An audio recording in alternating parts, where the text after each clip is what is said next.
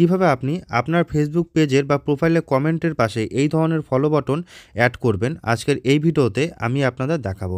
এই ধরনের follow button আপনি যদি আপনার প্রোফাইলের পাশে অ্যাড করতে পারেন এবং কোথাও কমেন্ট করেন, এই ধরনের ফলো বাটন শো করে, তাহলে আপনার ফেসবুক প্রোফাইলটি বা পেজটি খুব প্রফেশনাল মনে হয় এবং আপনার পেজের ফলোয়ার কিন্তু খুব তাড়াতাড়ি বেড়ে যায়। তো এই সেটিংসটা দেখার জন্য অবশ্যই আমাদের চ্যানেলটা সাবস্ক্রাইব করে বেল আইকন প্রেস করে রাখবেন এবং আরও সেটিংস জানার জন্য আমাদের সঙ্গে জুড়ে থাকবেন। তো চলুন শুরু করা যাক। ফেসবুক কমেন্টে এই ধরনের ফলো বাটন আপনার প্রোফাইলও যদি আপনি অ্যাড করতে চান, তার জন্য চলে যাবেন আপনি আপনার ফোনের সেটিংস অপশনে আসার পর এখান থেকে নিচের দিকে চলে আসবেন, একদম নিচের দিকে চলে আসবেন ফলোয়ার্স অ্যান্ড পাবলিক কন্টেন্ট এই অপশনে আসার পর এখান থেকে আপনাকে ৩ নাম্বার যে অপশনটি আছে সেটাকে আপনার অন করতে হবে।